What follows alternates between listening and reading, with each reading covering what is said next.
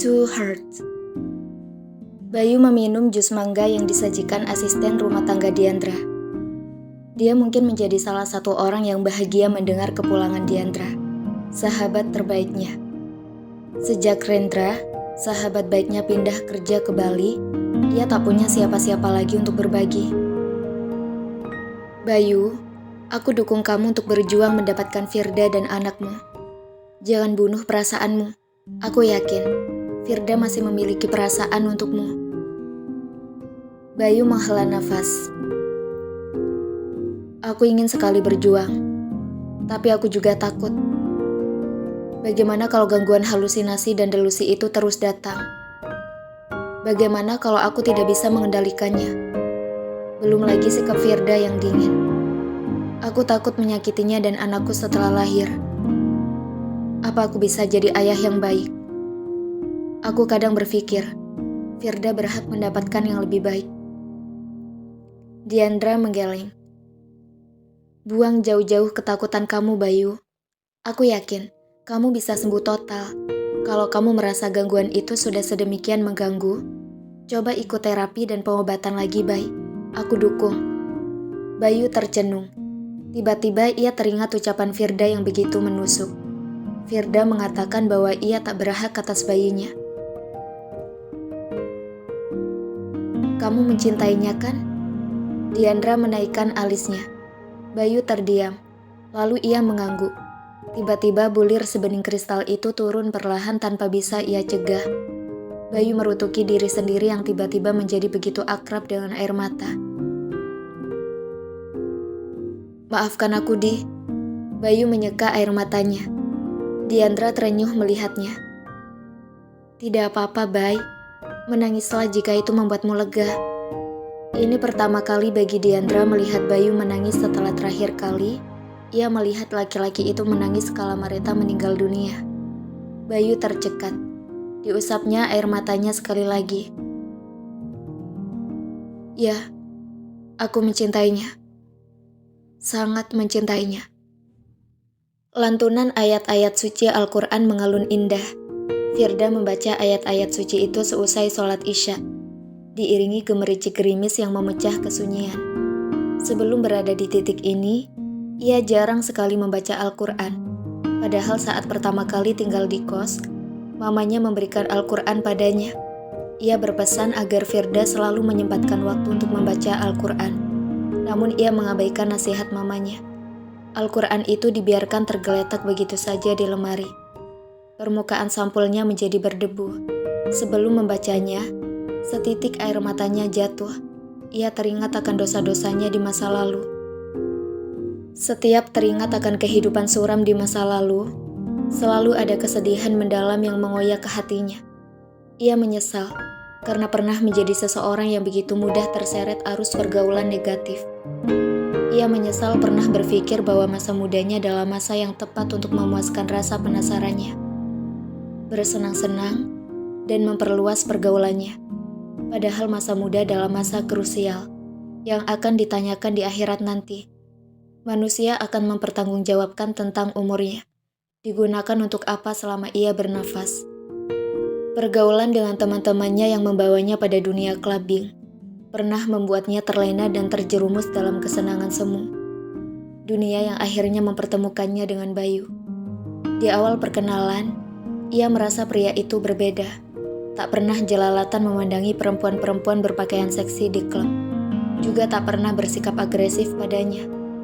Meski ia mendengar selentingan kabar bahwa pria itu hobi gonta-ganti pacar, nyatanya tak pernah ada status antara Bayu dengan sejumlah perempuan yang digosipkan pernah dekat dengannya. Untuk pertama kali, Firda benar-benar jatuh cinta pada laki-laki. Sebelumnya ia menganggap bahwa berpacaran itu hanya untuk have fun saja. Tak perlu terlalu serius menyukai seseorang. Namun pada Bayu, ia berikan hatinya seluruhnya, bahkan juga raganya. Seusai membaca Al-Quran, ia lepaskan mukenanya dan ia merebahkan diri di ranjang. Sosok Bayu melintas di benaknya. Ekspresi wajah Bayu yang terlihat begitu bersedih kala menemuinya di toko telah mengusik pikirannya. Wanita itu tercekat. Entah kenapa, ia merasa sakit. Padahal ia sudah berjanji pada dirinya sendiri untuk tidak memikirkan laki-laki itu. Berkali-kali ia mengerjap. Ia tegaskan berulang kali pada dirinya sendiri untuk membuang jauh-jauh sosok laki-laki itu dari hati dan pikirannya. Ia tak ingin goyah. Di sisi lain, ia tak bisa memungkiri bahwa rasa itu masih ada untuknya. Firda melirik smartphone yang tergeletak di nakas. Terpikir olehnya untuk mengirim pesan WhatsApp pada Bayu. Sekedar bertanya kabar atau bahkan meminta maaf atas sikapnya. Namun ia ragu. Gengsi masih merajai. Ia berharap Bayu akan menghubunginya lebih dulu. Saat terdengar nada mengalun dari smartphone-nya, Firda langsung terkesiap. Ada rasa deg-degan yang tiba-tiba datang sekelebat. Firda mengambil smartphone dan menggeser layar. Satu pesan WhatsApp dari Reiga. Ada sedikit kecewa karena ia berharap Bayu yang mengirim pesan untuknya. Udah tidur belum? Udah makan malam? Kamu baik-baik saja kan? Firda terpekur. Reiga adalah laki-laki yang baik. Ia merasa berhutang budi padanya. Namun ia juga tak ingin memberikan harapan apapun pada laki-laki itu.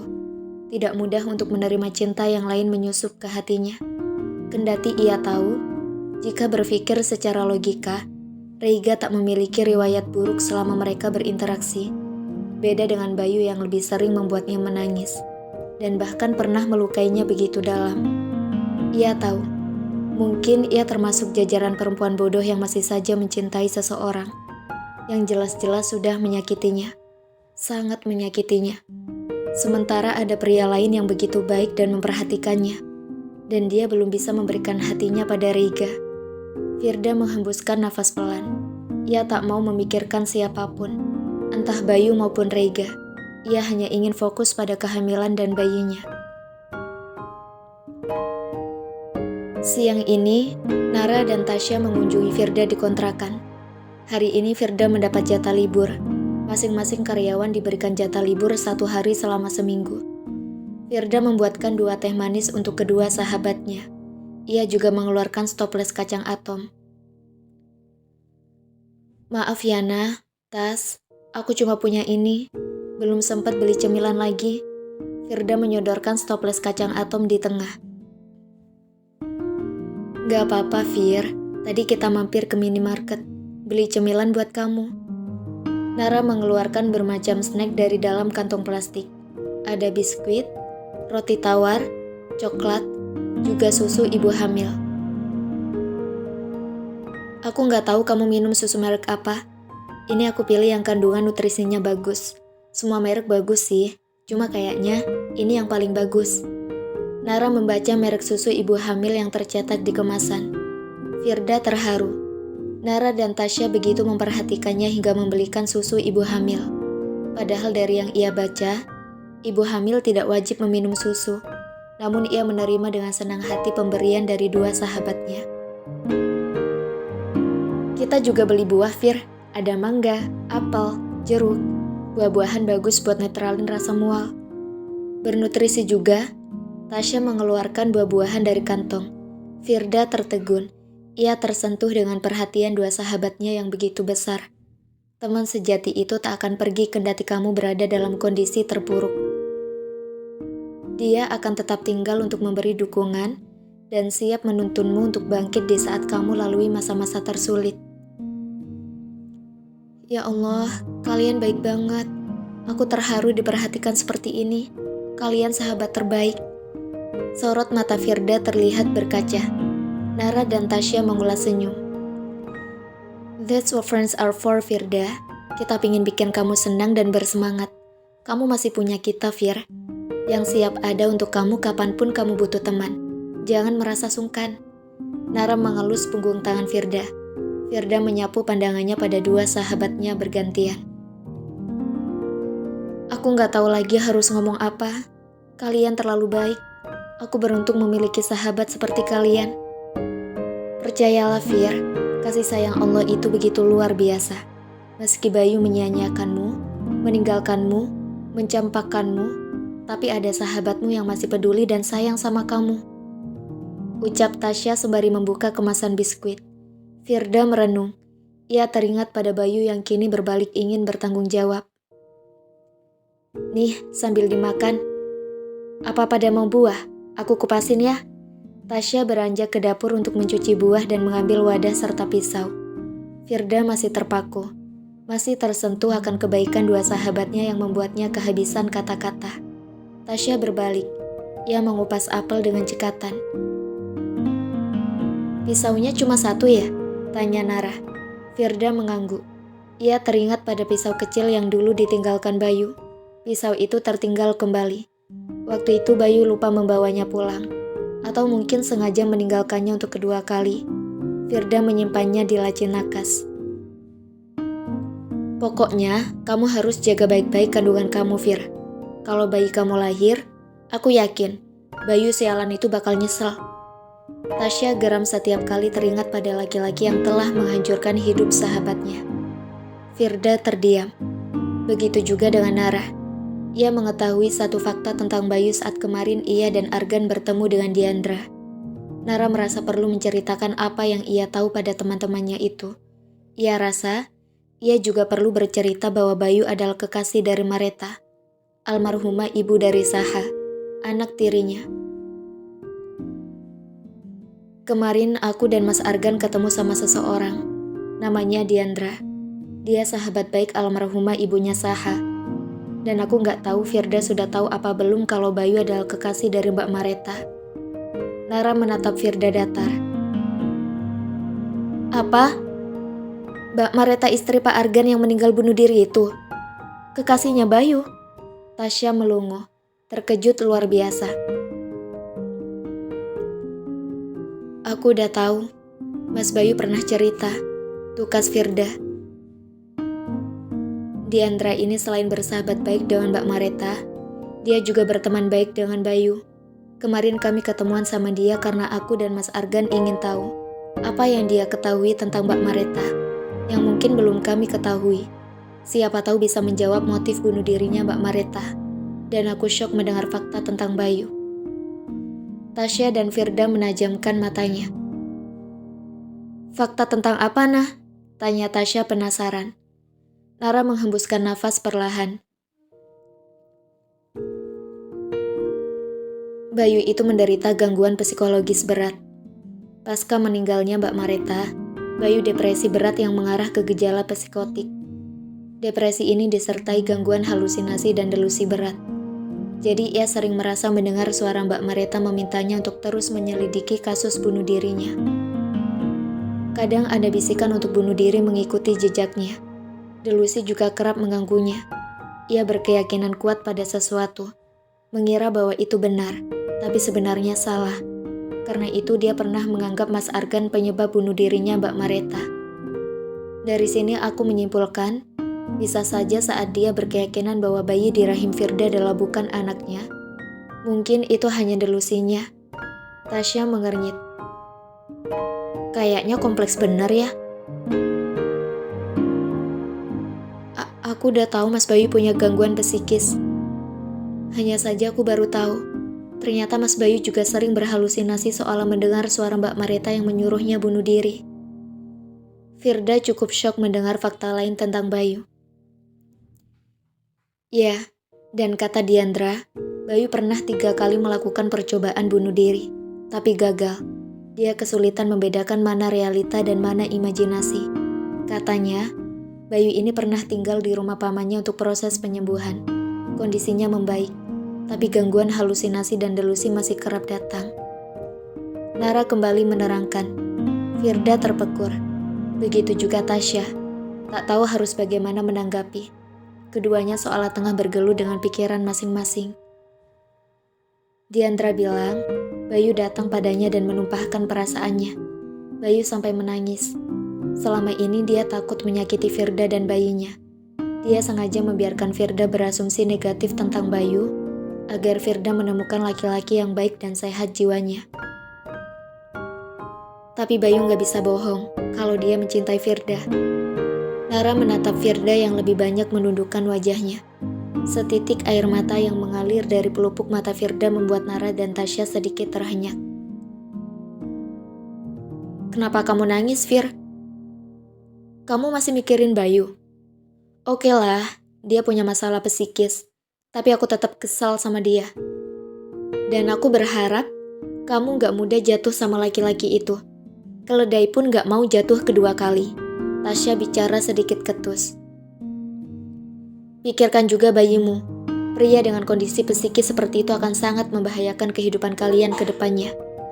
Gimana kalau dia melakukan sesuatu yang berakibat fatal? Aku lebih setuju kalau kamu jadi sama Rega. Dari awal, dia yang bertanggung jawab mengurus segala sesuatu. Tasya menambahkan. Firda terisak. Ia menyeka bulir-bulir bening yang membasahi pipinya. Fir, kamu harus kuat. Air matamu terlalu berharga untuk menangisi Bayu. Jangan jadi cengeng karena dia. Tasya menegaskan kata-katanya. Tas, sudah. Jangan semakin menyudutkan Firda. Kita belum pernah ada di posisinya. Biarkan dia membuat pilihan sendiri. Nara mengingatkan. Habis aku kesal, Nah. Apa Firda gak ingat gimana jahatnya Bayu waktu menolaknya? Dia harus merasakan penderitaan Firda. Tasya meninggikan suaranya. Tadi aku jelasin kan kalau Bayu seperti itu karena gangguan psikis yang berat. Cobalah untuk melihat sesuatu dari perspektif yang berbeda. Jadi, kamu lebih senang teman kita ini menikah dengan seseorang yang udah menyakitinya, dengan gangguan psikis yang bisa datang sewaktu-waktu. Anda laki-laki yang jauh lebih baik dari Bayu dan tidak mengalami gangguan psikis. Aku pikir, memilih laki-laki ini lebih minim resiko dibanding menikah dengan pengidap kelainan jiwa. Tasya tetap berpegang teguh pada pendiriannya. Bayu punya hak untuk sembuh, Tas. Dia butuh dukungan dari orang-orang terdekat. Bagaimanapun, dia adalah ayah kandung dari bayi di rahim Firda. Semua orang berhak atas kesempatan untuk bertaubat dan memperbaiki diri, kan? Nara menatap Firda yang semakin sesenggukan. Udah, cukup. Aku memang bodoh. Lebih bodoh dari keledai. Aku tahu aku pernah dicampakkan. Disia-siakan. Tapi tetap saja aku gak bisa untuk melupakannya. Aku lemah.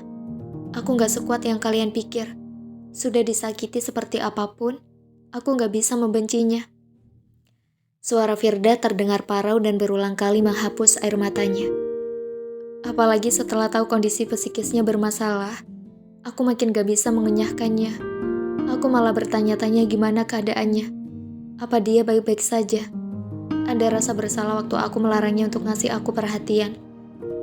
Waktu itu dia bawain salad buah, tapi aku bilang kalau dia gak berhak atas bayinya. Dia pergi tanpa bilang apa-apa. Sampai sekarang dia belum mengirim pesan apapun. Lagi-lagi aku jadi orang bodoh yang masih mengharapkannya. Aku tahu, mungkin sebaiknya aku memilih orang lain yang jelas lebih baik. Tapi aku juga gak bisa berbohong. Kalau aku masih... Suara Firda semakin mencekat. Bicaranya terbata-bata, karena disisipi derai tangis tiada henti. Aku masih... Firda menyeka kembali air matanya. Isak tangisnya semakin terseduh-seduh. Nara mengusap punggung Firda. Ia tak tega juga mendengar sahabatnya menangis. Aku masih mencintainya. Firda sesenggukan. Nara memeluk sahabatnya. Ia menepuk-nepuk punggung Firda untuk menenangkannya. Sudah fitrahnya manusia punya rasa cinta. It's okay. Loving someone isn't a mistake. Mencintai seseorang itu bukan kesalahan, tapi fitrah. Aku takut aku akan kembali sakit, Nah. Aku takut mencintai orang yang salah. Aku berharap bisa move on darinya, tapi aku malah semakin terjebak dalam perasaanku sendiri. Rasanya sulit untuk keluar. Aku nikmati rasa sakit itu.